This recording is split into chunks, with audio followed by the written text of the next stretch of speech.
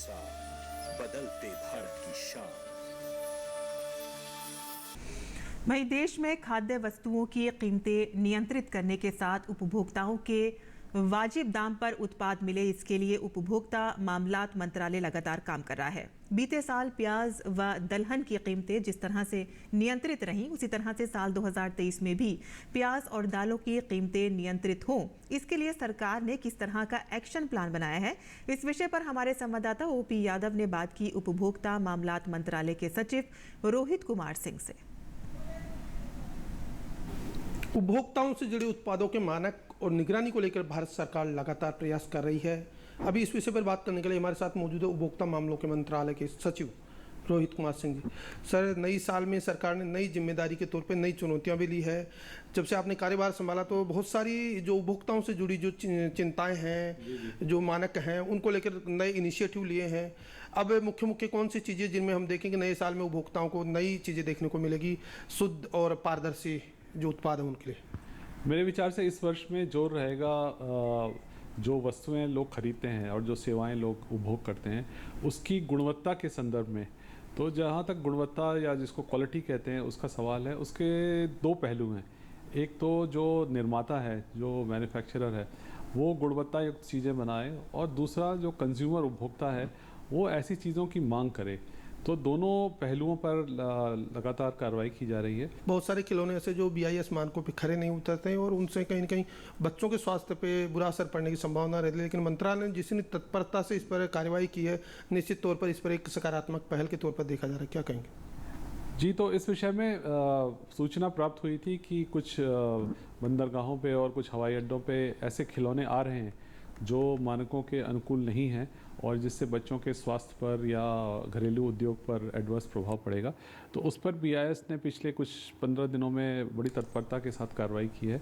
नए साल में अगर बात करें अपन दलहन आयात की करें या प्याज की जो कीमतें उनको नियंत्रित करने की जो सौगात की बात करें तो कितना महत्वपूर्ण देखते हैं? बहुत महत्वपूर्ण है, और जिस तरह 2022 में सरकार ने लगातार स्टेप्स लेकर कीमतों पर नियंत्रण रखा ताकि इन्फ्लेशन पर काबू रखा जा सका, FSSAI और कृषि विभाग के साथ समन्वय बना के, तो ये सारी चीज़ें जब एकजाई रूप से की जाती हैं तब जो दालों की उपलब्धता और कीमतें वो जनता को सुलभ रूप से उपलब्ध होती हैं। यही प्रयास 2022 में था और इसी को हम जारी रखेंगे।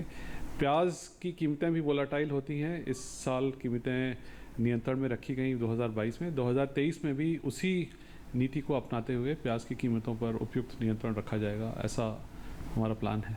आपके नेतृत्व में लगातार देखा जा रहा है कि दलहन कीमतों का मामला हो, इस पर पूर्वानुमान के आधार पर आप पहले स्टॉक्स की चर्चा करके विदेशों से कहां से आयात करनी है, कितना मीट्रिक टन आयात करनी है, पूरा आकलन करके चलते हैं ताकि बाजार में इसकी किल्लत ना हो। तो इस बार किस तरह का टारगेट आपने लिया है? अगर ज़रूरत पड़ेगी तो कितना मीट्रिक टन दाल आयात कर सकते हैं ताकि यहाँ पर दिक्कत ना हो?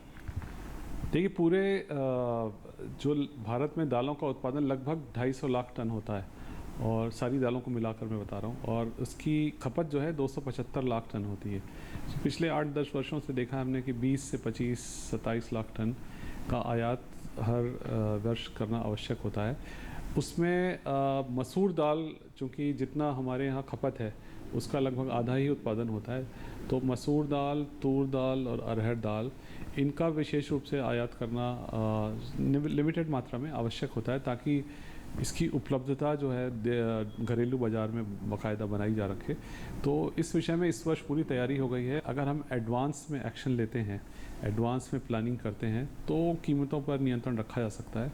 कीमतें जो हैं वो डिमांड के अलावा जो मार्केट का सेंटिमेंट होता है, जो जिसका कभी कभी व्यापारी फ़ायदा उठा लेते हैं, उसको भी अगर मैनेज किया जाए तो कीमतें अनियंत्रित नहीं होती हैं, ऐसा मेरा मानना है।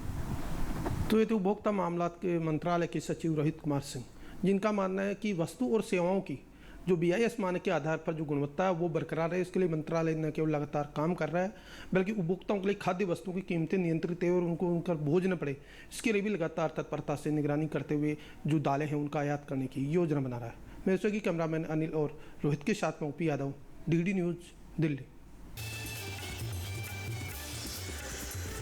DD के साथ बदलते भारत की शान।